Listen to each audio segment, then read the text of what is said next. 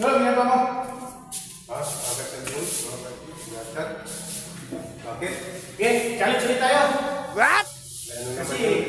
yung pera ko kulang eh. Baka sakali manalo ko eh. Seriously? Oh, Sige, ang challenge natin, may sandaan. Wow! tandaan. Oh! Bakit ano naman yung challenge mo? O sige, ikaw. Sino mo unang magtanong? Ikaw. O sige, ako muna. O, ang tanong ko sa'yo, yung aso, ilang beses umikot bago matulog? Siyempre. Isa. Hindi. O dalawa. Hindi rin. Hindi yan.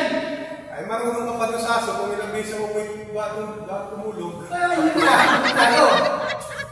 Ano ka? Ako naman ang tatanong. O sige. May isang Amerikano.